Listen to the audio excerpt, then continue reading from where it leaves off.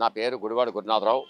విశాఖపట్నం జిల్లా గాజువాక మండలం మింది గ్రామము. ఇండస్ట్రియల్ డెవలప్మెంట్ ప్రాజెక్ట్ వారు 1966 సంవత్సరం నుంచి 1978 సంవత్సరం వరకు మింది గ్రామ రెవెన్యూ పరిధిలోని, అలాగే ములగాడ రెవెన్యూ పరిధిలోని 2 గ్రామాలలో సుమారు 160 ఎకరాలు రైతుల తాలూకా భూముల్ని, పంట భూముల్ని తీసుకోవడం జరిగింది. ఇండస్ట్రియల్ డెవలప్మెంట్ ప్రాజెక్ట్ వారు కేవలం అది హిందుస్థాన్ జింక్ కంపెనీ కర్మాగారం కోసమేనని మాకు ధృవపత్రాలు కూడా ఇవ్వడం జరిగింది. అయితే మాకు ఈ కలెక్టర్ ఆఫీస్లో 73వ సంవత్సరంలో జరిగిన మీటింగ్లో ఉన్నటువంటి కార్యక్రమంలో మాకు ఉద్యోగ అవకాశాలు కల్పిస్తామని కూడా చెప్పడం జరిగింది. ఏదో కొద్ది మందికి ఉద్యోగాలు ఇచ్చారు, మధ్యలో ఉడబీకిస్తే వాళ్ళు రోజువారీ కూలి పనులకు వెళ్ళిపోవడం జరుగుతుంది. ఇప్పుడు నెక్స్ట్ ఇది 2013లో ఈ హిందుస్థాన్ జింక్ని మూసివేయడం జరిగింది. అది ఒక క్రికెట్ మైదానంలో తయారు చేయడం జరిగింది. దానిపైన వివిధ రకాలటువంటి కార్యక్రమాలు జరగడానికి రేపొద్దున అవకాశాలు ఉన్నాయి, ప్రజలకు ఇబ్బందులు పడే విధంగా. అంచేతను ఏంటంటే ఇది కేవలం ఆదాని అంబానీల కోసమే జరుగుతున్నటువంటి కుట్రగా భాగంగా కనిపిస్తున్నది.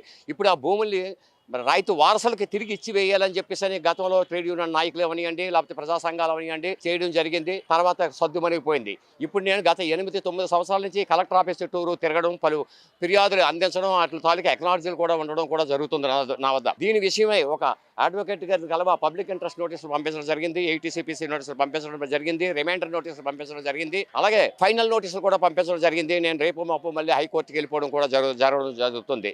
దీని మీద ఏం తేలుస్తారు అని చెప్పేసి కలెక్టర్ ఆఫీస్ చుట్టూరు తిరిగి నేను తిరుగుతున్నాను. వాళ్ళ నుంచి సమాధానం ఏంటంటే, public interest government of India public industrial director గారి దగ్గర నుంచి లెటర్ వచ్చింది. నువ్వు కేంద్రం ఉన్న సీసీఎల్ఏని కలవని, సీసీఎల్ఏని కలిస్తే కేంద్రం ఉన్న కలెక్టర్ని కలువని, కేంద్రం ఉన్న కలెక్టర్ని కలిస్తే ఆర్డీఓని కలవమని, ఆర్డీఓని కలిస్తే తహసీల్దార్ని గారు కలమని, తహసీల్దార్ని గారు కలిస్తే మీ తలయారిని కలవమని ఇలా తప్పించుకుంటున్నారు తప్ప అధికారులు అందరూ ఎటువంటి కార్యక్రమాన్ని రూపుదాల్చుకోవటం లేదు. ఈ విషయంలో ప్రజలందరూ తెలుసుకొని ప్రభుత్వం కోసం కంపెనీ పెడతాము, మీకు ఉద్యోగాలు ఇస్తామని చెప్పేసి భూములు సేకరించి అన్యాయంగా అక్రమంగా ఆదానీల అంబానీలకు అమ్మేయడం జరుగుతున్నది. కాబట్టి మా భూములు ఇచ్చి వేసుకుందుగా మేము కోరుతున్నాను.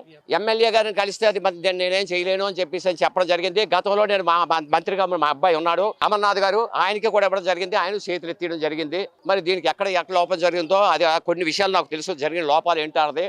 ఎందుకంటే గతంలోనే ట్రేడ్ యూనియన్ లీడర్లు రాస్తారోకలు ఇవే చేస్తే ఏవో ఇచ్చారు అని తెలిసింది.